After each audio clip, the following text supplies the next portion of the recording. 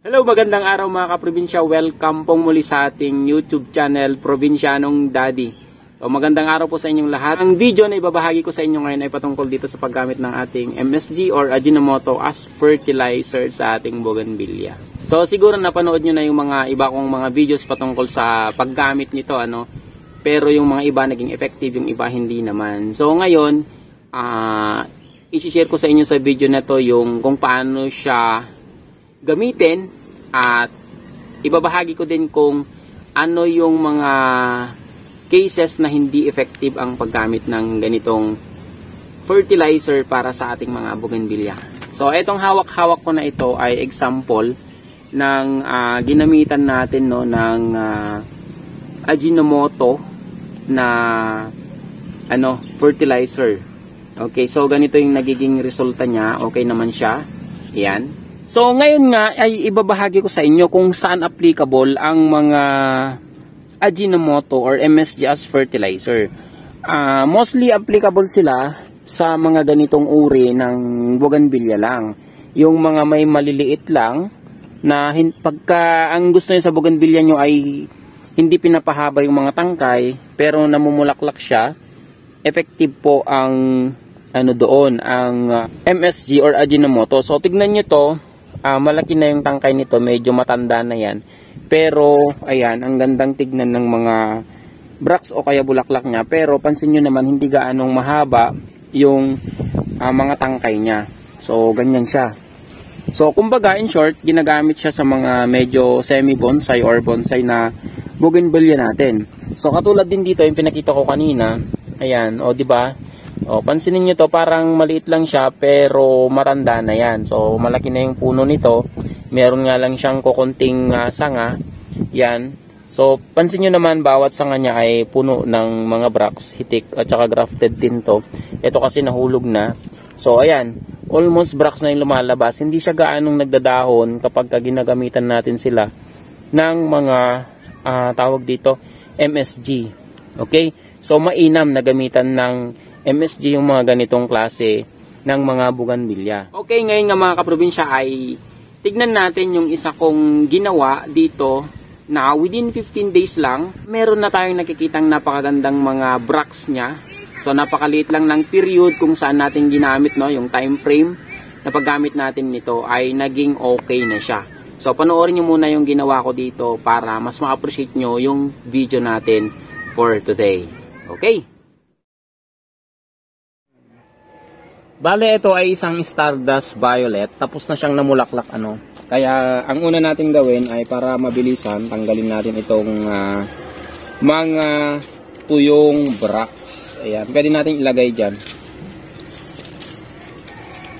So, ganito. Pag natuyo na kasi, madali na lang tanggalin. Kahit na kamay-kamayin na lang natin. Ayan. Kung gusto nyong mabilis ang pag-regenerate ng mga bagong bracts, ganito ang gawin ninyo. Yan.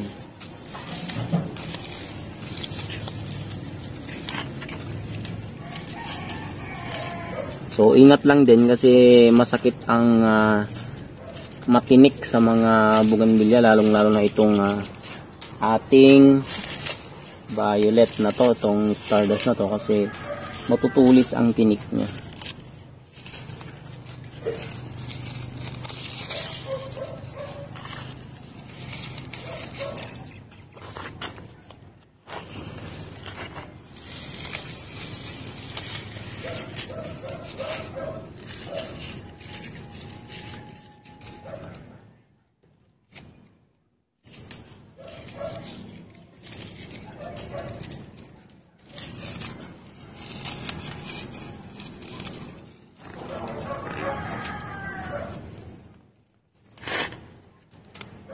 Yan.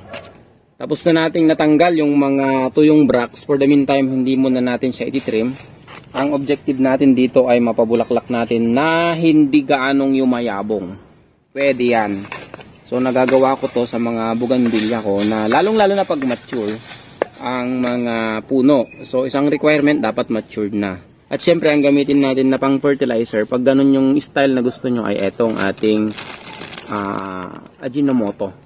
MSG. Yan, kuha lang tayo ng kapiranggot. So, ganyan lang. Kaliit, no? Maliit lang.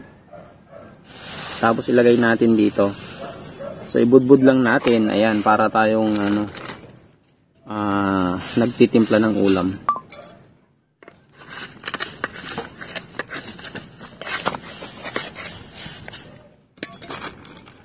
So ganun lang po, tanggalin ang mga lumang bracts. Tapos lagyan natin ng betchin as fertilizer. Pwede pong gamitin ang betchin na fertilizer, lalong lalo na pag nagme-maintain tayo ng mga bougainvillea na mga pag ayaw nyong maging mag-wild, mabulaklak pero hindi siya mahahaba ang tangkay, so pwede yun ang gamitin ninyo.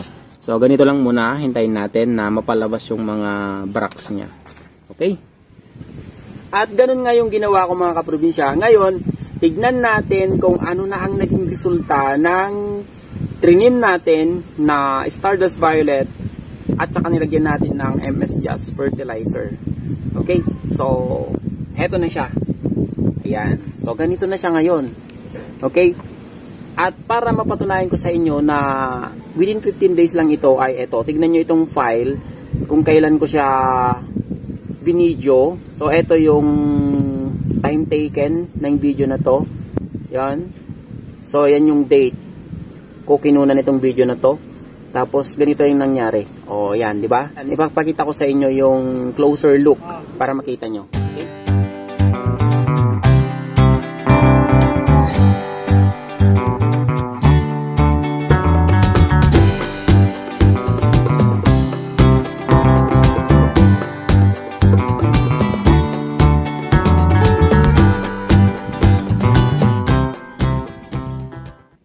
So, ito na siya mga kaprobinsya, oh. Ayan, mga kabugis. So, ang bilis. Ako nga mismo ay medyo nagtaka. Ang bilis niyang lumabas na yung mga bracts niya. Ayan, ayan siya ngayon. Ayan, ang dami. Ang dami pang mga lumalabas. Ayan.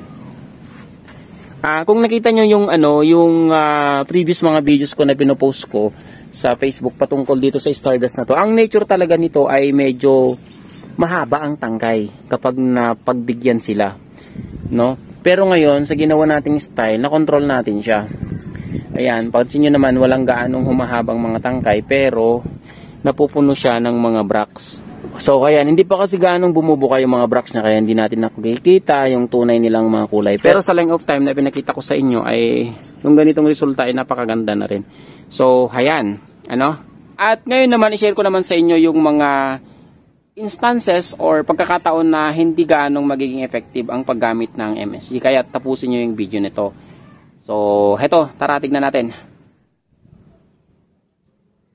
So heto yung mga sample ng mga young bougainvillea natin, mga pa lang to, kaka-establish lang yung mga roots nya. So for example yung mga ganito, halimbawa pinapa-establish nyo pa lang yung mga roots o kaya kaka-establish pa lang yung mga roots, huwag nyo munang gamitan ng